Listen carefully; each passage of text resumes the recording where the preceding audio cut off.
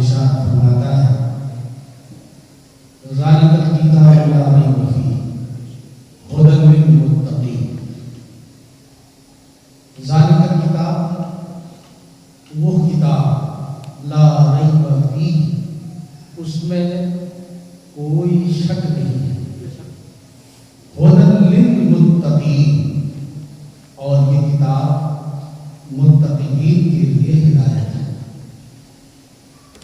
ذالک الکتاب، اس کا اردو ترجمہ ہوتا ہے وہ کتاب، اور ہم اور آپ اپنے بول چال میں بھی اس لفظ کا استعمال کرتے ہیں کہ وہ آدمی اور یہ آدمی۔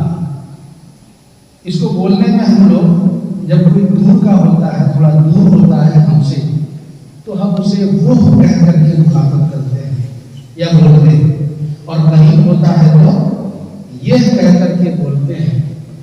اللہ پاک اس قرآن مجید کے بارے میں فرما رہا ہے ذالک الکتاب، وہ کتاب تو بالکل موجود ہے، پھر اس کتاب کے بارے میں رب فرماتا ہے وہ کتاب۔ حالانکہ ذہن اس بات کی طرف جاتا ہے کہ یہاں یہ کتاب ہونا چاہیے، لیکن یاد رکھیے یہاں اشارہ اس بات کی طرف کرنا ہے کہ یہ کتاب اگرچہ اپنے وجود کے اعتبار سے، موجود ہونے کے اعتبار سے آپ کے بہت قریب ہے، بہت قریب ہے، آپ اس اور اس کے درمیان میں ایک گز کا فاصلہ ہے، آپ جس کی تلاوت کر رہے ہیں بہت قریب ہے، لیکن اپنے مقام اور مرتبہ اور فضیلت و بزرگی کے اعتبار سے یہ کتاب آپ سے کوسوں دور ہے۔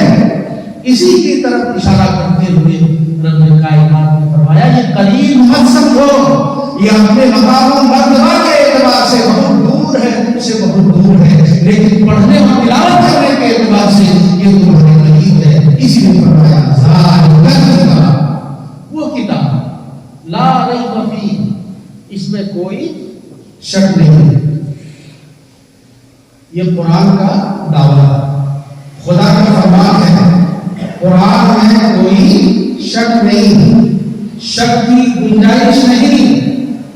ایک طرف قرآن کا یہ دعویٰ ہے اور دوسری طرف اس روئے زمین پر بسنے والے ہزاروں انسان ہیں، ہزاروں افراد ہیں، ہزاروں اشخاص ایسے ہیں جنہیں یہ شک ہوتا ہے کہ یہ قرآن خدا کی کتاب نہیں ہے۔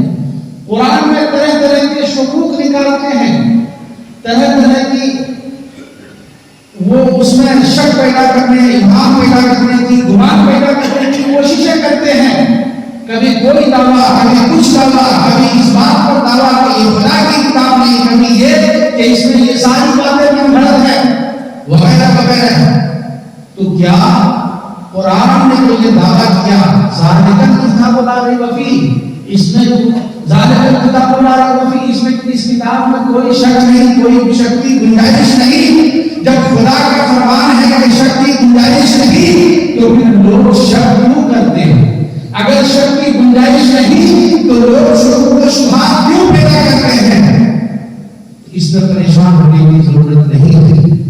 ہم آپ کو دو مثال سے لوجیکل طریقے پر سمجھانے کی کوشش کرتے ہیں، امید ہے کہ آپ کو بات سمجھ میں آئے گی۔ یہ بات اپنی جگہ مسلم ہے کہ قرآن میں کوئی شک نہیں ہے اور نہ شک کی کوئی گنجائش ہے۔ اگر کوئی شک کرتا ہے تو یہ اس کی ذہن کا، اس کی نظر کا فضول ہے، قرآن پاک ان تمام چیزوں سے پاک۔ آئیے ذرا آپ ایک مثال سمجھیں۔ اگر کسی انسان کے آنکھ میں آپ چشمہ ڈالیں، چشمہ، اور وہ چشمے کے ذریعے سے دنیا کے نظارے کو دیکھیں تو ظاہر سی بات ہے اس کو نظر آئے گا، لیکن جیسا کلر چشمے کا ہوگا اسی کلر میں وہ ساری چیز نظر آئے گی، ٹھیک ہے؟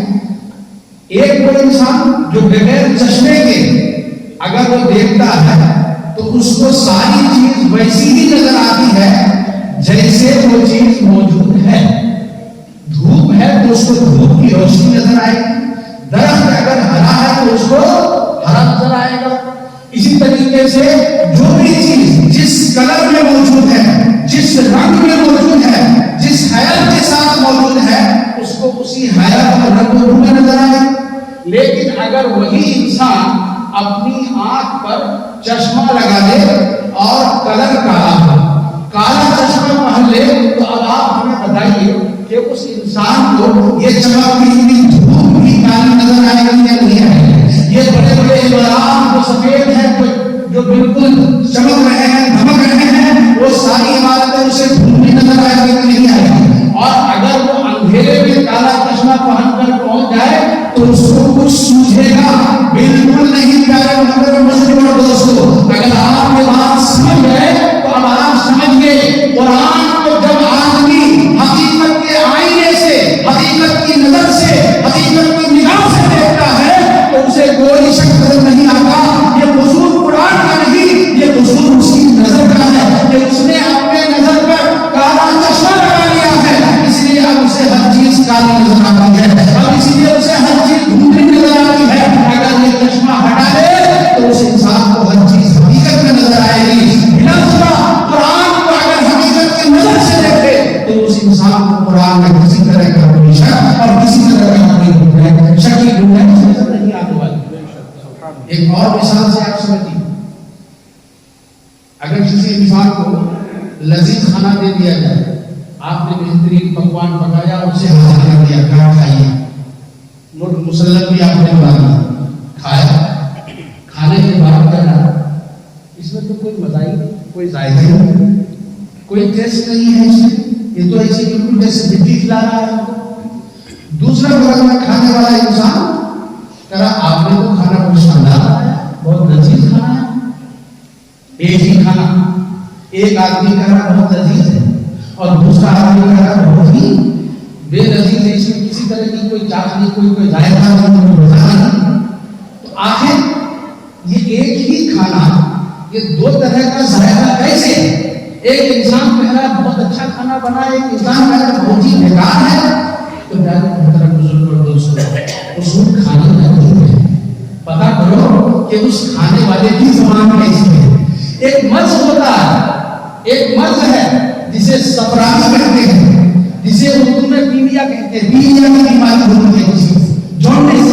اگر یہ بیماری کسی انسان کو لاحق ہو جائے، اس مرض میں مبتلا ہو جائے، پیلیا کا مریض، جانڈس کا مریض، اگر آپ اسے کتنوں سے کتنوں عمدہ کھانا دے دیجیے، وہ ہر چیز میں یہی ملے گا کہ اس کا کوئی مزہ ہی نہیں، اس کا کوئی ذائقہ ہی نہیں ہے. تو پیارے کھانے میں کوئی بدمزگی نہیں ہے، کھانے میں کوئی بے ذائقہ نہیں ہے، بلکہ ساری خرابی اس انسان کے قوت ذائقہ میں ہے، اس انسان کی زبان میں ہے. اگر اس کی زبان درست ہوتی تو کھانے کا ذائقہ ضرور محسوس کرتا، کھانے کا ٹیسٹ ضرور محسوس کرتا.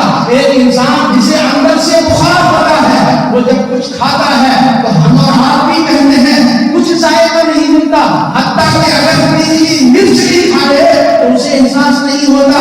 پتہ یہ چلا کہ مرچ کے اندر تیکھا پن نہیں ہے، ایسا نہیں، بلکہ اس کا ذوق بن چکا ہے، اس کی حس بن چکی ہے، اس کے اندر ٹیسٹ اور لذت لینے کا قوت ختم ہو چکی ہے. اب وہ انسان بے ذائقہ ہو چکا ہے. تو پیارے محترم بزرگوں دوستو، کھانے کے اندر کوئی خرابی نہیں، کھانا ذائقہ دار ہے، کھانا لذیذ ہے. بلا شبہ قرآن پاک اپنے تمام واقعات اور احوال اور افعال اور تمام امور کے اعتبار سے صحیح و سالم ہے، اس میں کسی طرح کی کوئی شک کی گنجائش نہیں. اگر کوئی شک پیدا کر رہا ہے تو یہ اس کی اپنی خرابی ہے، یہ اس کی اپنی بدذوقی ہے. اس لیے رب ارشاد فرماتا ہے ذالک الکتاب لا ریب فیہ، اس کتاب میں کوئی شک نہیں ہے. اب اگر کوئی شک کرے گا تو آپ کو کچھ کہنے کی ضرورت نہیں، قرآن سے شک دور کرنے کی ضرورت نہیں ہے. سیدھے آپ ان سے کہیے، آپ کا چشمہ بدلیے اور آپ اپنا نظریہ بدلیے، آپ اپنے دیکھنے کا طریقہ بدلیے. قرآن کو اگر اس کی حقانیت کے ساتھ، اس کو صحیح نظریے کے ساتھ دیکھا جائے، پڑھا جائے، مطالعہ کیا جائے تو قرآن شک نہیں، ہدایت کا عظیم مینار ہے. قرآن ہدایت کا دینے والی کتاب ہے، قرآن لوگوں کو راہ راست پر لانے والی کتاب ہے، قرآن صراط مستقیم پر گامزن کرنے والی کتاب. اسی لیے آگے اللہ نے ارشاد فرمایا ہدی للمتقین، یہ وہ قرآن ہے جو متقین کے لیے ہدایت ہے۔